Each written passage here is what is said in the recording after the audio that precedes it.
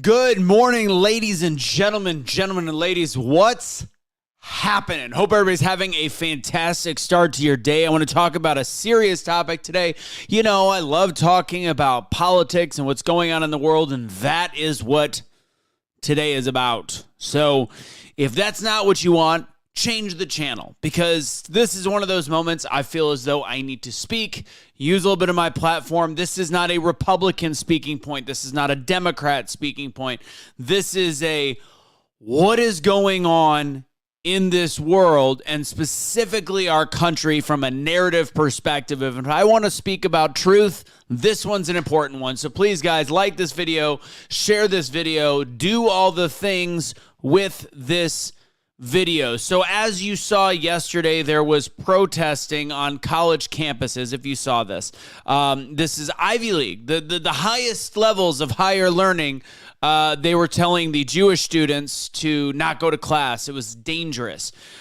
I don't understand how we got here, and I have to say that to be clear. So they're using terminology like genocide, that the Israeli people are committing, or the Israeli military is committing genocide against Palestine.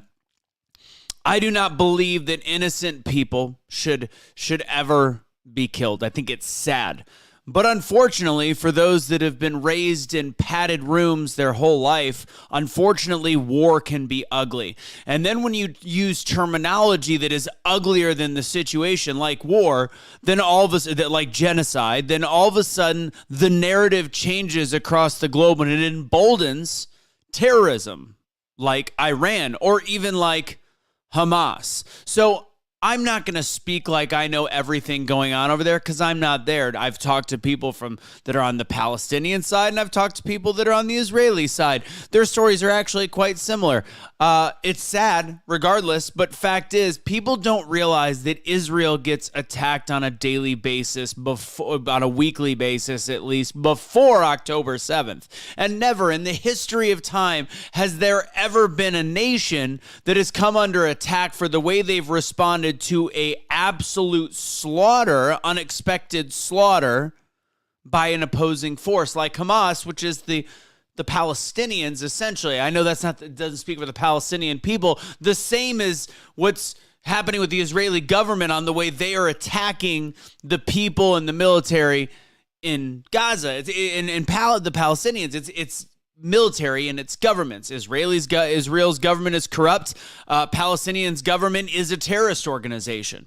Unfortunately, it doesn't speak for the people in any case, and it's sad and it's unfortunate. But now let's talk about the way that we're looking at what's going on in this country, all the pro-Palestinian marches and protests. It's very odd to me that a side that had 1,400 of its people killed in broad daylight, tortured, raped, all of the things, they become the aggressor according to the narrative, and they're the negative side. They're the side that we have to root, that everybody on the whatever is rooting against. I find this very, very, very odd. And yes, I in my personal Facebook, I even said yesterday, I'm half Jewish. I'm a Christian, but I am half Jewish. So I see the plight of Jewish people. The Holocaust was less than 100 years ago. To everybody telling, and I said this yesterday, to telling the Jewish kids not to go to class, it's a danger. I say screw that.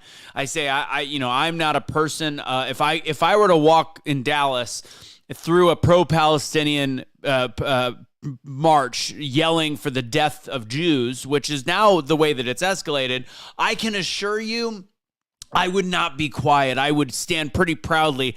I would let them, and people are going to go, you're behind your computer screen, big tough man. I would let them try and take it from me. Take whatever from me. That's all I'm saying.